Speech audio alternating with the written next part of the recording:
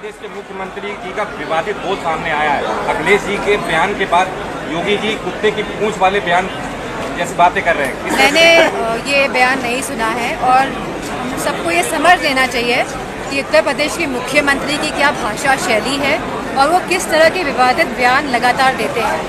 और मैं समझती हूँ कहीं ना कहीं इस बात की टीस है उनको कि उत्तर प्रदेश में जिस तरह गठबंधन और समाजवादी पार्टी ने यहाँ पर जो परफॉर्मेंस रहा है और जो सीटें जीत के आए हैं, तो कहीं ना कहीं वो इस बात से उत्तेजित महसूस होते हैं। आजकल गुजरातियों का बहुत ज़्यादा डेरा है। एक लोग बोलिए।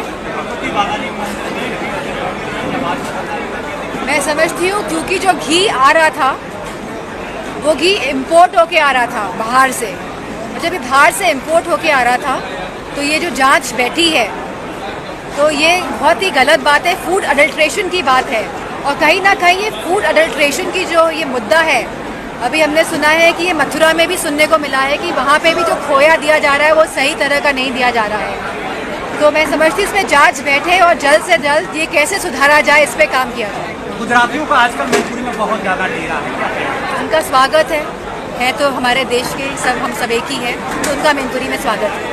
वन नेशन वन इलेक्शन की लगातार बात हो रही है, जबकि अभी तक यूपी में 10 सीटों में उपचुनाव होने हैं। जो बातें भारतीय जनता पार्टी ने कही है, अगर उनकी पार्टी को कहीं से भी वो बेहतर स्कोप दिखता है सब भारतीय जनता पार्टी को, अगर इन बातों को जो कहती है ये तो वो लागू करती है, और अगर स्कोप नहीं दिखता है तो वो लागू नहीं करती है। जहाँ एक तरफ बड़े नेता वन इलेक्शन वन नेशन की बात कर रहे हैं, वहीं हरियाणा का चुनाव पहले करा रहे हैं, उपचुनाव का भी कोई डेट निर्धारित नहीं हुई है। वहीं महाराष्ट्र के चुनाव जो नवंबर में होने हैं उसकी भी कोई डेट आज तक नहीं आई है।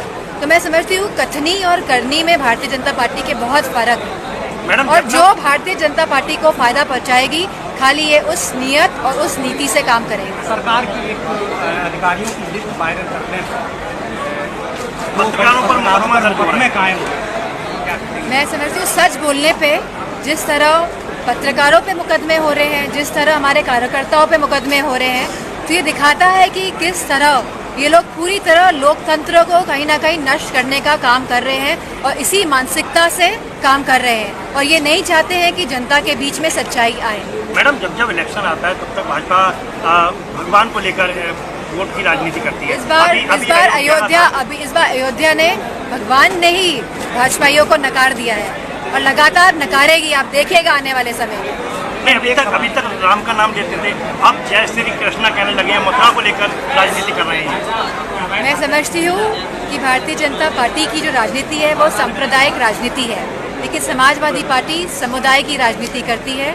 समाजवादी पार्टी युवाओं की, किसानों की, महिलाओं की राजनीति करती आई है और करती रहेगी। मैं एक फतेहपुर का एक बीजेपी का कार्यकर्ता है, हॉस्पिटल संचालक भी है, फतेहपुर। हाँ जी। उसका सोशल मीडिया पर वीडियो एक वायरल हो रहा है, सुसाइड करने की कोशिश की। आरोप ये है कि कोतवाल उसको इतना परेशान कर रहा था कि हमें सुसाइड करने पर मजबूर। हम लगातार देख रहे हैं किस तरह का पुलिस का रवैया लोगों की तरफ है, किस तरह हीन भावना से आदेश अनुसार पुलिस भी काम कर रही है, जहां पुलिस वालों को देश की सेवा करनी चाहिए और देश जन जन से बनता है। तो मैं समझती हूँ उत्तर प्रदेश की जो पुलिस है जिस तरह से कार्य कर रही है और जनता देख रही है, ऐसा नहीं है कि जनता नहीं भाप रही है इन सब बातों को, जनता देख भी रही है, समझ भी रही है, और समय आने पे आप देखेंगे कि किस तरह परिणाम आएंगे।